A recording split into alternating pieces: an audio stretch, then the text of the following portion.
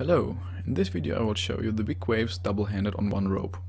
For this exercise less power expenses is necessary than for the one with double ropes, with one rope per hand.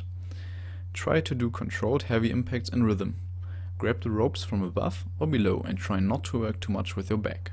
Do more with your shoulders and your complete arm. In the first part of the video you will see how to do the exercise with the grab from above. And in the second part you will see how to do the exercise from below.